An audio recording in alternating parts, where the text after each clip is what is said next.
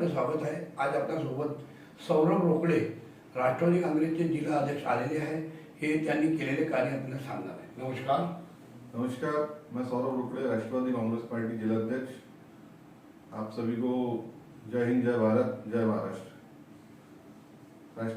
आदरणीय पवार साहब के नेतृत्व में, श्री जयंत पाटिल साहब के नेतृत्व में और माननीय अनिल देशमुख के नेतृत्व में हम गोंदिया जिले में राष्ट्रवादी कांग्रेस पार्टी की कमान संभाल रहे हैं और पवार साहब के विचारों को घर घर पहुंचा रहे हैं।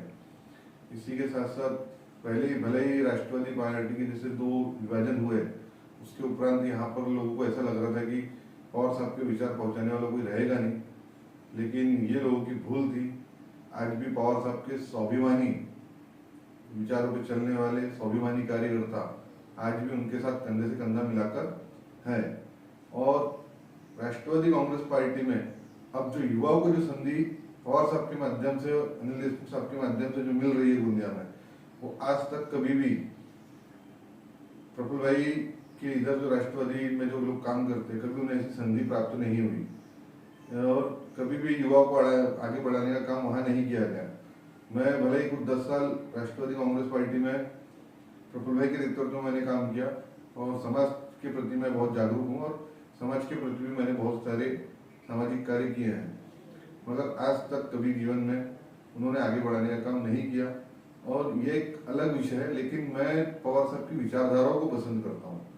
कभी भी मैं फुले साहब अम्बेडकर शिवराय के विचारों पर चलने वाला व्यक्ति हूँ, इसलिए मैंने ये निर्णय लिया कि मुझे पवार साहब के साथ पवार साहब के विचारों को जन जन तक पहुंचाना है।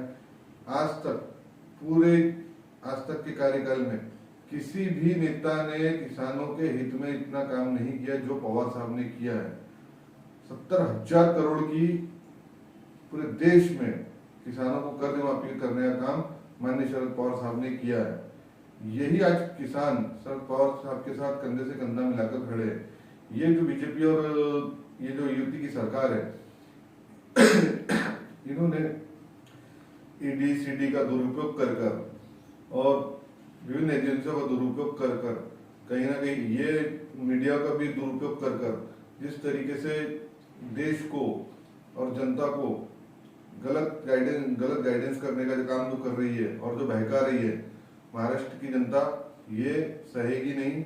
और महाराष्ट्र में जिस तरीके से गुनाह के प्रमाण जिस तरीके से बढ़ रहे हैं, अभी आपने देखा होगा कि एक विधायक ने उल्लासनगर में थाने में पुलिस के सामने जो गोलीबारी की। ऐसे में हमारा महाराष्ट्र एक सुशिक्षित और सांस्कृतिक महाराष्ट्र है, हमारे यहाँ से संत महात्माओं की जन्मभूमि महाराष्ट्र है।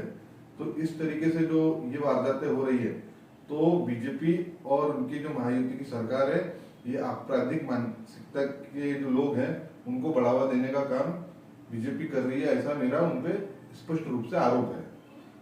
तो महाराष्ट्र की जनता इन सब चीजों को कभी भूलेगी नहीं, कभी माफ नहीं करेगी। इनके जितने भी मंत्री हैं या फिर जितने भी विधायक हैं, उन्होंने क्या क्या गलत काम किए हैं, महिलाओं के ऊपर टीका टिप्पणी, महिलाओं के ऊपर अत्याचार और युवाओं के विरोध में कभी लाठीचार्ज, कभी कुछ। और जिस तरीके से अभी हमारी युवा संघर्ष यात्रा नागपुर में निकली थी, उस पर इन्होंने कितनी रोक लगाकर लाठीचार्ज करने का जो काम किया है, ये पूरे महाराष्ट्र की जनता देख रही है।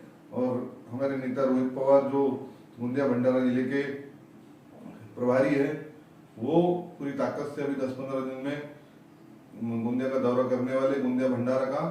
और लोकसभा की तैयारी पूर्ण तरीके से राष्ट्रवादी कांग्रेस पार्टी कर चुकी है। हर जगह हर तालुका में हमारी पूर्ण टीम रेडी है, पूरी कार्यकारिणी गठित हो चुकी है। अभी हाल ही में हमने महिला अध्यक्ष हमारी मंजूताई डोंगरवार को बनाया। हमारे युवा नेता श्री रविकांत गुड्डू बोगचे है, हमारे कार्याध्यक्ष मिथुन मेश्राम जी है, हमारे कार्याध्यक्ष श्री बाबा बैस जी है। जो हमारी एक मजबूत टीम है, हम पूरे युवा एक निष्ठा से पवार साहब के विचारों को घर घर तक पहुंचाने का काम कर रहे हैं। धन्यवाद। मन मोकळेपणाने आपल्याला सांगितले सौरभजींनी। सतीश पारधी, नवराष्ट्र, गोंदिया।